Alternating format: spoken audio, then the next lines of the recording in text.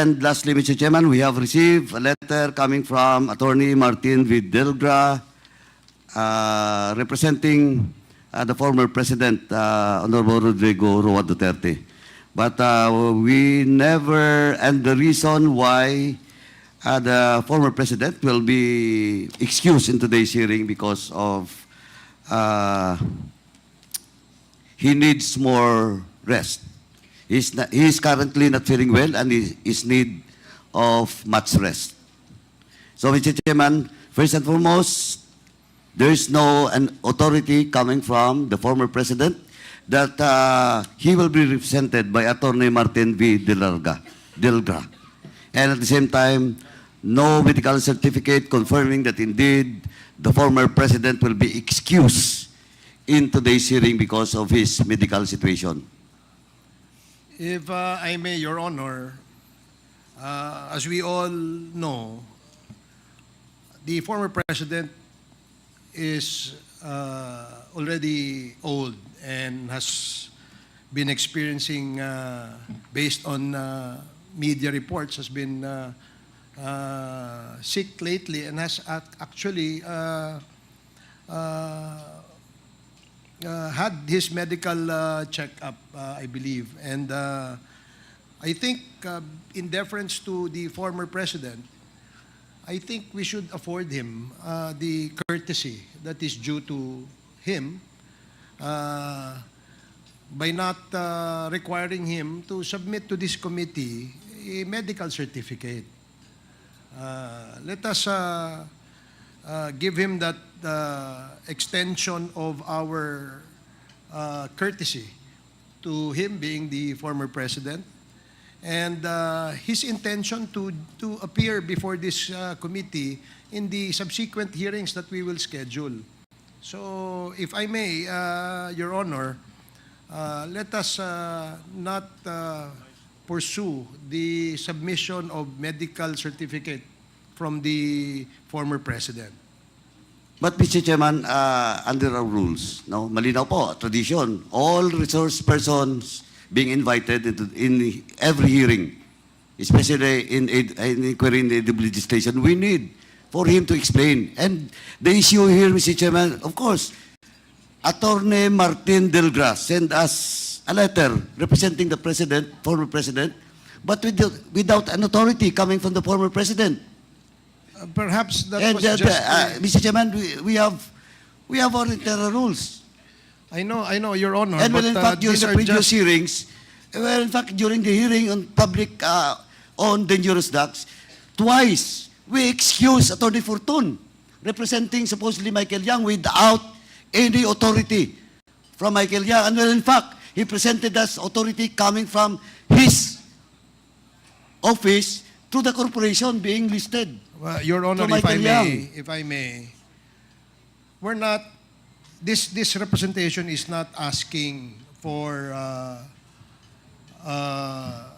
the former president not to be excused in not following strictly the rules of the House. What I am asking for, Your Honor, is the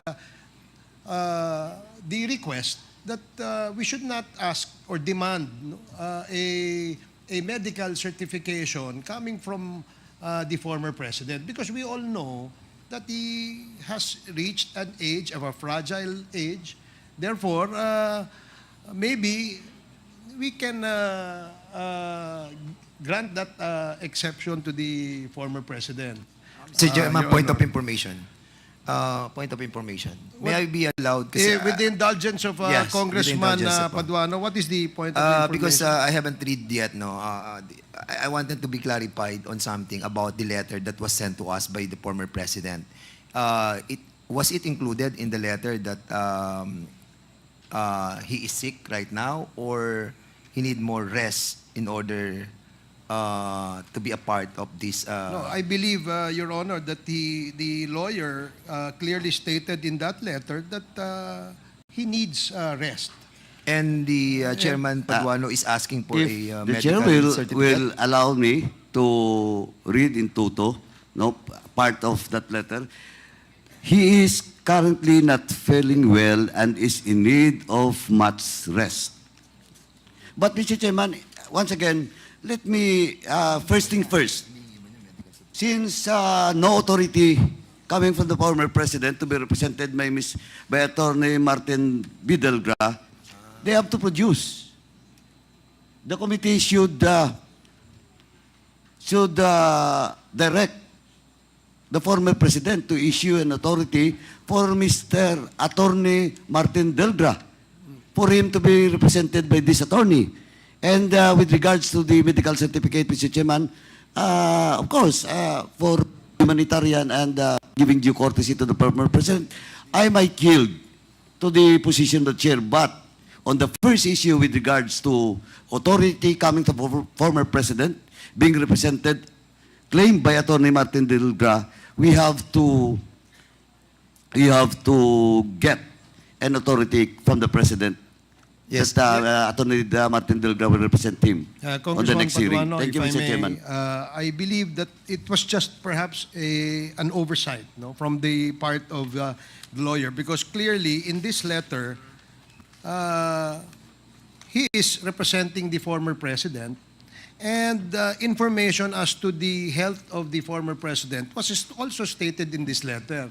Therefore, I believe that he has the imprimatur coming from the former Mr. Chair. president. That's the reason why maybe he wrote this letter. So, Mr. Chair. Chairman, lastly, Mr. Chairman, with the indulgence of Congressman Flores, of course, let me again stress, Mr. Chairman, this is our tradition and under our rules. And if we do it, if we done it, in regards to Attorney Fortun, a top-notch lawyer, and we excuse Attorney Fortun for not producing any substantial document that he was given an authority from Michael Yang.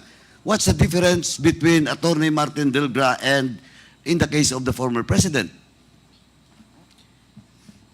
well, And I think, Mr. Chairman, kung talaga po, the former president give an authority to Attorney Martin Delgra, then they wrote us a letter.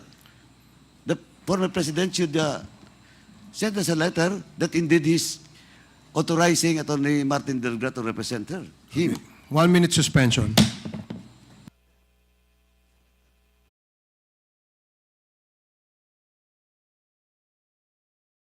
Hearing is resumed. Mr. Chairman, With the indulgence of Congressman Dan Fernandez, the parliamentary status was the chair had to suspend the hearing for 1 minute in order to resolve the issue of being raised by Congressman Paduano with regards to the letter that the committee received stating, among others, the reason why the former president will not be able to attend the committee hearing today. And Congressman Paduano insisted that we have to stick with the rules Yes. of the House. And the chair immediately suspended in order that I can confer with Congressman Paduano so that we can accommodate the request as stated in the letter of the lawyer of former president that he be excused for today's committee hearing. So in this regard, may we ask Congressman Paduano what is the position of the chair of the Committee on Public Accounts? Mr. Chairman, with regards to the second issue on the medical certificate that being required by this representation to the former president, I will yield to the opinion position of the good chairman, no? Thank you. The lead chairman. But with regards to the authority coming from the former president for Attorney Martin Delgra, we need the document so that he can have an official entry of appearance in the next hearing, Mr. Chairman. Yes, as I stated earlier, Congressman Paduano, Your Honor, that perhaps it is just an oversight on the part of the counsel of the former president. And I agree that we should ask the counsel to be present in our committee hearing to enter his appearance as the counsel for the former president. So thank you for accommodating my request, Congressman Paduano. So with that, we will now proceed with the next part of Mr. Chairman, the agenda. if I may. Yes, Congressman Dan Fernandez. In addition, we were discussing about those two issues that was mentioned by you and by Chairman Paduano. And further, sinasabi po sa Section 9 ng ating rules, no, that yung physically present nung ating pong binigyan ng authority, no, para po mag-represent sa ating pong mga witnesses. And dito po sinasabi, provided further, that no witness shall be granted more than 2 postponements of appearance before the committee without justifiable cause.